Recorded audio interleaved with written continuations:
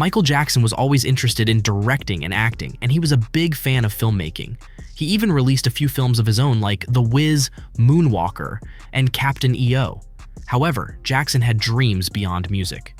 Throughout his career, he made several attempts to become a movie star. His unique look and personality made it difficult for him to fit into typical roles, but that didn't stop him. To improve his skills, he even took acting lessons from his good friend Marlon Brando. In this video, we'll explore 7 movies that Michael Jackson nearly starred in, giving you a glimpse into the film career that could have been. Charlie and the Chocolate Factory. Charlie and the Chocolate Factory is a 2005 movie directed by Tim Burton, based on the British novel of the same name. Michael Jackson initially wanted to audition for the role of Willy Wonka and recorded an entire soundtrack for the film. The production of the movie began in 1999. Although Warner Brothers never considered Jackson for the role, he couldn't stop thinking about it once he heard about the project the following year. In the years that followed, Jackson eagerly anticipated discussions about playing Willy Wonka. He even went so far as to secretly record his own soundtrack for Charlie and the Chocolate Factory at a small Los Angeles studio, supposedly between 2000 and 2003. In Michael's mind, this was his way of trying to bribe his way into getting the part. Director Mark Schaffel, who had already worked on a few projects with Jackson, shared the music with Warner Brothers. They loved the score and wanted to use it in the film, but they still didn't agree to let Jackson play the role of Willy Wonka. Michael didn't handle the rejection well and felt hurt that past accusations were still affecting his career. Warner Brothers suggested that if he sold them the soundtrack, he could name his price, and they would find him a role in the film, just not the lead. Jackson wasn't interested and said, "If I can't have the Willy Wonka part, then they're not getting the soundtrack." As a result, the score was shelved, and the role of Willy Wonka ultimately went to Johnny Depp. Star Wars Episode I: The Phantom Menace. Star Wars Episode I: The Phantom Menace is a 1999 epic space opera movie written and directed by George Lucas. Michael Jackson was originally considered for the role of a major supporting character, Jar Jar Binks. Ahmed Best, American actor who ultimately played the character, initially mentioned the role allowed him to meet Jackson during AMA on April 16, 2014. In July of the following year, Best was interviewed by Vice.com, which asked the actor if he could give away more context behind Michael's involvement. Ahmed Best, along with Natalie Portman, George Lucas, and Lucas's kids, attended Michael Jackson's History World Tour at Wembley Stadium between July 12 and 17, 1997. They went backstage to meet the King of Pop, who was accompanied by Lisa Marie Presley. George Lucas introduced Best as Jar Jar, which the actor found kind of weird. Jackson responded with, "Oh, okay," leaving Ahmed even more confused. Later, at an after-party, Best asked Lucas about the introduction. Michael Jackson initially approached George Lucas to play the role of Jar Jar Binks. However, the plans fell through because Jackson wanted to use prosthetics and makeup, similar to his work in Thriller and Ghosts, while Lucas preferred using CGI for the character. Ahmed Best said, "My guess is ultimately Michael Jackson would have been bigger than the movie, and I don't think he wanted that." Spider-Man. Spider-Man is a 2002 superhero film directed by Sam Raimi based on the Marvel Comics character created by Stan Lee and Steve Ditko. Michael Jackson, a huge fan of the character, came close to being involved in the movie. Jackson was known to be a comic book fan, particularly of Marvel Comics, and he owned their merchandise at the Neverland Ranch. As the 1990s were coming to a close, production on a Spider-Man feature-length film began. Around that time, Stan Lee was approached by Michael, who invited him to Neverland Ranch several times. And he wanted to talk to me about something, and he brought his little son with him. He was a very concerned parent. He had a little bottle with him, and he had all the things for the kid.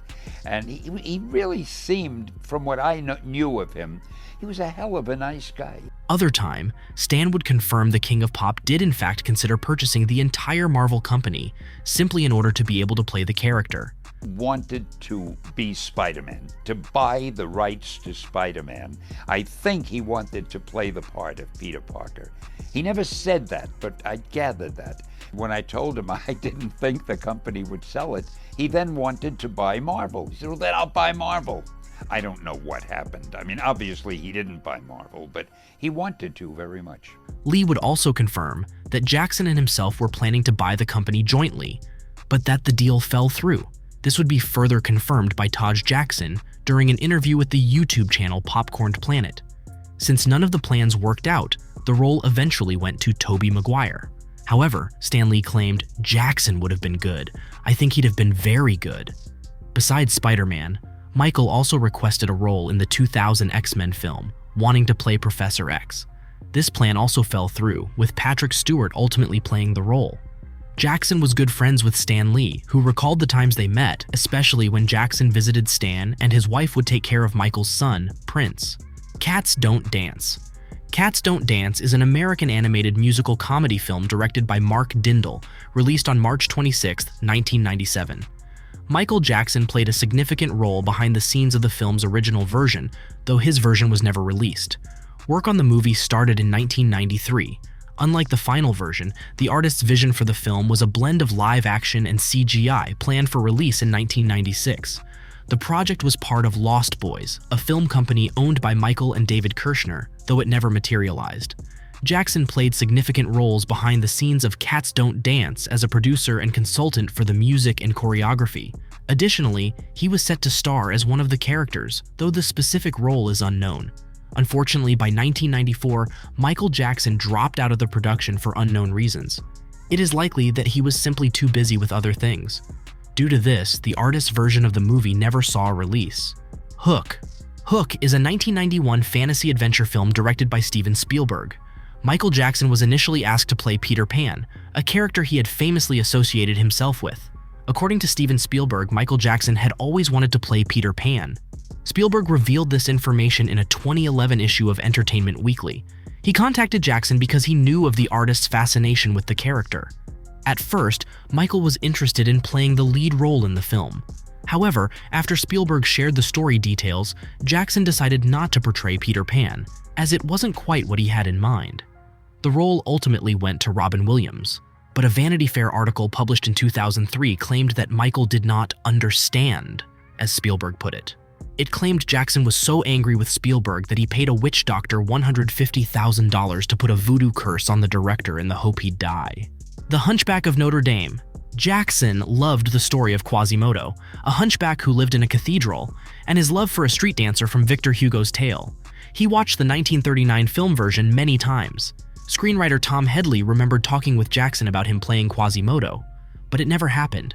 Instead, Disney made an animated movie based on Hugo's story in 1996, Edward Scissorhands. Edward Scissorhands, with his wild hair, black clothes, and sense of being misunderstood in suburbia, is evidently inspired by Tim Burton's own experiences as a teenager. Burton and screenwriter Caroline Thompson had been working on the character and story for years.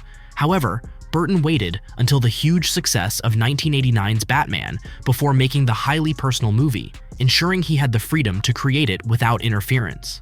Michael Jackson heard about the character and really wanted to play the role. He tried to convince Burton for a long time, but Burton never responded to Jackson's efforts, and Johnny Depp was eventually chosen for the role. There are numerous similarities between the character of Edward, portrayed as a sensitive outsider, and Jackson's own public image. Even the character's attire closely resembled Jackson's stage costumes during that time, raising questions about Jackson's influence on the character's development and vice versa. Even though Michael Jackson didn't appear in these movies, his influence on entertainment is huge.